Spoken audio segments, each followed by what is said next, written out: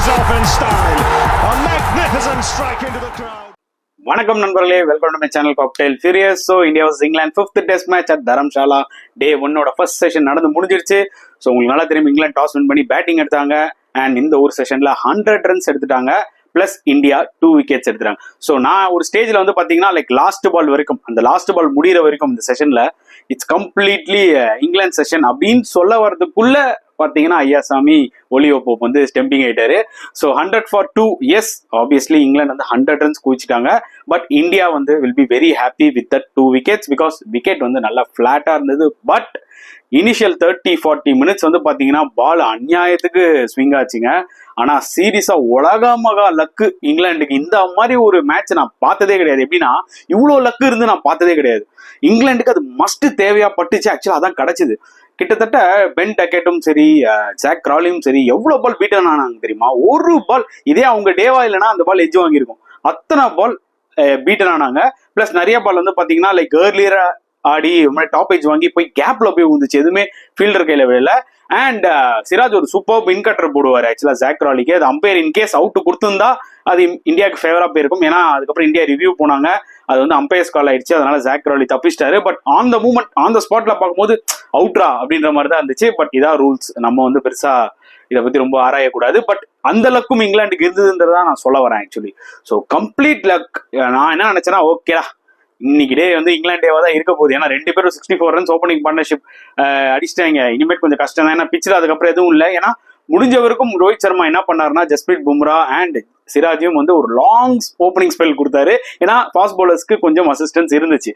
So அதுக்கப்புறம் வந்து spinners வந்ததுக்கப்புறம் பார்த்தீங்கன்னா பிச்சில் பெருசா இல்லை. பட் அஸ்வின் வந்து போடும்போது பிச்சில் எந்த எஃபெக்டிவும் இல்லை. அஸ்வின் வந்து பார்த்தீங்கன்னா டீசெண்டாக தான் போட்டாரு. பட் பேட்ஸ்மேனால வந்து ஈஸியாக விளையாட முடிஞ்சது. ஏன்னா விக்கெட்லாம் அந்த அளவுக்கு பெருசா இன்னி வரைக்கும் டேர்ன் இல்லை. ஏன்னா இது ஒரு டே 1 விக்கெட், புரியுதா உங்களுக்கு? அதுக்கு தான் சொல்றேன், டாஸ் ரொம்ப ரொம்ப குரூஷியல் இங்கிலாந்து வின் பண்ணது. அண்ட் அதுக்கப்புறம் குல்தீப் யாதவ் வந்தார். இதுதாங்க ஒரு இம்பார்ட்டன்டான ஒரு விஷயம். அதாவது 64 for no lossல இருக்கும்போது ஃபர்ஸ்ட் விக்கெட் குல்தீப் தான் எடுத்தாரு. பென் டக்கெட் வந்து பார்த்தீங்கன்னா அவரோட யூஸ்வல் கேம் விளையாடல. ஆக்சுவலி ஒரு ஷெல்குள்ள போனாரு. அதுக்கப்புறம் கொஞ்சம் ஷாட்ஸ் ஆனாரு. 58 பால்ஸ்க்கு 27 அடிக்கிற பிளேயரே கிடையாது பென் டக்கெட். அவரோட நேச்சுரல் கேமே at least run a ball. So very unlike Ben Duckett game. என்ன பண்ணாருன்னா அக்ராஸ் த பால் விளாட்னாரு.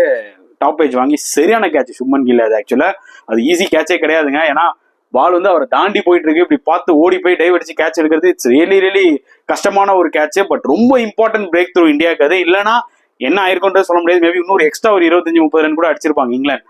பட் அந்த கேட்ச் ரொம்ப ரொம்ப குரூஷியலா போச்சு. ஸோ குல்தீப் யாதவ் தான் அந்த பிரேக் த்ரூவை கொடுத்தாரு. Plus last ball of the லஞ்சுக்கு போகிறதுக்கு முன்னாடி வந்து பாத்தீங்கன்னா ஓலி போப் விக்கெட்டும் அவர் தான் எடுத்தாரு. அவர் ஸ்டெம்பிங்கு புவர் ஷாட் தான் சொல்ல முடியும் போப் பொறுத்த வரைக்கும்.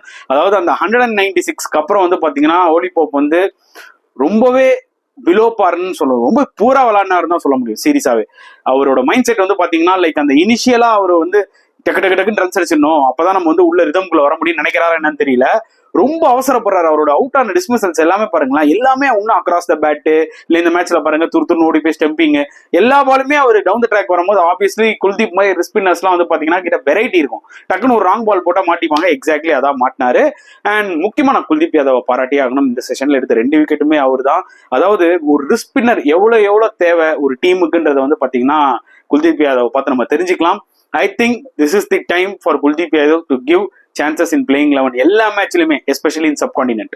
நீங்க சப்கான்டினென்ட்ல விளையாடும் போது கண்ணை மூடிட்டு குல்தீப் யாதவ் நம்ம 11ல சேர்த்தே ஆகணும். அவரோட பேட்டிங்கும் கொஞ்சம் இம்ப்ரூவ் ஆயிட்டே வருது. அவர் மேல கான்பிடன்ஸ் வைக்க தான் அவரோட பேட்டிங் இன்னுமே இம்ப்ரூவ் ஆகும். இப்போ அவர் வந்து பாத்தீங்கன்னா ஒரு எக்ஸ்பீரியன்ஸ் ஸ்பின்னர், ஓகேங்களா? அவர் ஒன்றும் சின்ன பையன் கிடையாது. கிட்டத்தட்ட 29 இயர்ஸ் ஆகுது அவருக்கு, புரியுதா உங்களுக்கு? இன்னும் அவர்கிட்ட ஒரு சாலிட் 4-5 இயர்ஸ் சாலிட் கிரிக்கெட் இருக்கு, டெஸ்ட் கிரிக்கெட். ஸோ இதுதான் கரெக்டான சான்ஸ் குல்தீப் யாதவுக்கு. அதை கரெக்டா அவர் யூஸும் பண்ணிக்கிறாரு. அண்ட் நிறைய இடத்துல இந்த சீரீஸ்ல வந்து பாத்தீங்கன்னா அஸ்வினோ ஜடேஜாவோ வந்து பாத்தீங்கன்னா விக்கெட் எடுக்க முடியலன்னா குல்தீப் யாதவ் தான் நம்மளுக்கு அந்த பிரேக் த்ரூ கொடுத்துருக்காருன்றதான் உண்மையான ஒரு விஷயம் ஆக்சுவலி. ஸோ குல்தீப் யாதவ் எனக்கு தெரிஞ்சு இனிமேட் வந்து பாத்தீங்கன்னா எந்த பிச்சில இருந்தாலும் விளையாடணும் இன் சப்கான்டினென்ட் கண்டிஷன்ஸ். நல்லா பாத்துக்கோங்க, இன்னைக்கு டே 1 பிச்சில் வந்து ஒண்ணுமே கிடையாது. பட் ஸ்டில் அவருக்கு டேர்ன் இருக்கு. அதுதான் ரிஸ்பின்னர்ஸ் வச்சுக்கிறது ஒரு அட்வான்டேஜ் டீம்ல. அண்ட் குல்தீப் யாதவோட போலிங் நிறையவே சேஞ்ச் ஆயிருக்கு. அவருக்கு நல்ல ஒரு கண்ட்ரோல் இருக்கு, இப்போ நல்ல பேஸ் போடுறாரு. ஸோ நிஜமாவே குல்தீப் யாதவ் வந்து போலிங் போடும் போதே எனக்கு என்ன தோணுதுன்னா ஏதாவது ஒரு பால் பேட்ஸ்மேன் மாட்டுவானுங்கண்ணா அப்படின்ற மாதிரி தான் தோணுச்சு. ஏன்னா ஜாக் கிராலி கூட ஒரு LBW பாத்தீங்கன்னா அது ரிவ்யூ போவாங்க. பட் டெக்னாலஜியில பயங்கரமா டேர்ன் ஆகி எங்கேயோ காமிக்கும். But obviously tall batsman Zak Crawley. So அவர் வந்து ஃப்ரண்ட் ஃபுட்டை வந்து தூக்கி எங்கேயோ அங்கே வந்து நிறுத்தி விளையாடுவாருன்னும் போது பால் குத்தி மிஸ் ஆக வாய்ப்புகள் நிறைய இருக்கு. பட் ஸ்டில் அவ்வளோ பெரிய ஒரு டர்ன் இந்த ஃபர்ஸ்ட் டே ஒன்ல ஒண்ணுமே இல்லாத ஒரு ஃபிளாட் ட்ராக்ல பண்றாருன்னா அப்போ பார்த்துக்கோங்க எந்த அளவுக்கு அவர் எஃபெக்டிவா இருப்பாரு இன் டே 4 ஆர் டே 3 அந்த மாதிரி டைம்லலாம். ஸோ அதனால குல்தீப் யாதவ் நிஜமாவே ஒரு வரப்பிரசாதம் இந்தியாவுக்கு. இனிமேட் வந்து பாத்தீங்கன்னா இந்த டைம் முடிஞ்சிருச்சு. இதுக்கு முன்னாடி வந்து அக்சர் பட்டேலுக்கு தான் அதிகமாக ஆப்பர்ச்சுனிட்டி கொடுத்திருந்தாங்க. Nothing against Axar Patel. But நம்ம ரவீந்திர ஜடேஜாவும் அக்சர் பட்டேலும் ஒரே டைப் ஆஃப் பவுலர் நம்ம டீமுக்குள்ள வச்சுக்கிட்டோம்னா வெரைட்டி இருக்காது. குல்தீப் நிறைய விஷயங்கள் நம்மளுக்கு கொடுக்குறாரு. அண்ட் இந்த சீரீஸ்ல அது வந்து ஓப்பனே ஆயிடுச்சு to be very honest. So I hope இனிமேட் குல்தீப் வந்து பாத்தீங்கன்னா சப்கான்டினென்ட்ல கண்டினியூஸா சான்சஸ் கிடைக்கும்னு சொல்லிட்டு ஸோ அவர் தான் வந்து இந்தியா இந்த செஷன்ல காப்பாத்தினாரு. அதுல நோ டவுட் அபவுட் இட். ரோஹித்தோட கேப்டன்ஷிப்பும் வந்து பாத்தீங்கன்னா ரொம்பவே டீசெண்டா இருந்துச்சு. கரெக்டான ஃபீல்ட் செட்டப்லாம் பண்ணாரு. பட் இங்கிலாந்துக்கு அந்த லக் நிறைய இருந்துச்சு. அந்த நியூ பால்ல எப்படியாவது சர்வே ஆனா போதும் ரன் இந்த பிச்சில் ரன் அடிக்கலாம். அதான் நான் லாஸ்ட் வீடியோல நேற்றுலையும் சொல்லியிருந்தேன். நியூ பால்ல எந்த அளவுக்கு வந்து பாத்தீங்கன்னா விக்கெட்ஸ் விடாம சர்வே வராங்களோ அதுக்கப்புறம் இந்த பிச்சில் பேட்டிங் ஆட ஈஸியா இருக்கும். இன்னும் போக போக பிச்சு ஸ்லோ தான் ஆகும். So Kuldeep Yadav is biggest weapon. Obviously Ravindra Jadeja கூட. அதுக்கு ரவிச்சந்திரன் அஸ்வின் இன்எஃபெக்டிவா இருப்பாரான்னு கேட்டீங்கன்னா அப்படி கிடையாது. பட் இந்த ரெண்டு போலர்ஸ்னாலே வந்து பாத்தீங்கன்னா அந்த பிச்சை அதிகமா யூஸ் பண்ணி ஏதாவது பண்ண முடியும்ன்றதான் என்னோட ஒரு point of view. Probably Ravichandran Ashwin second இன்னிங்ஸ்ல வைட்டலா வருவாரு. பட் இந்தியா பொறுத்த வரைக்கும் ரொம்ப காஷியஸா இருக்கணும். ஏன்னா செகண்ட் செஷன்ல இப்ப ஜோ ரூட் வந்துருவாரு. கிராலி நல்லா விளையாடிட்டு இருக்காரு. இந்த பார்ட்னர்ஷிப் தான் இருக்கிறதுலே ரொம்ப குரூஷியலுங்க. இந்த விக்கெட்டை எவ்வளவு சீக்கிரம் பிரேக் பண்றாங்களோ அப்புறம் out of form Ben Stokes வருவாரு. அவுட் ஆஃப் ஃபார்ம் பேர்ஸ்டோ வருவாரு.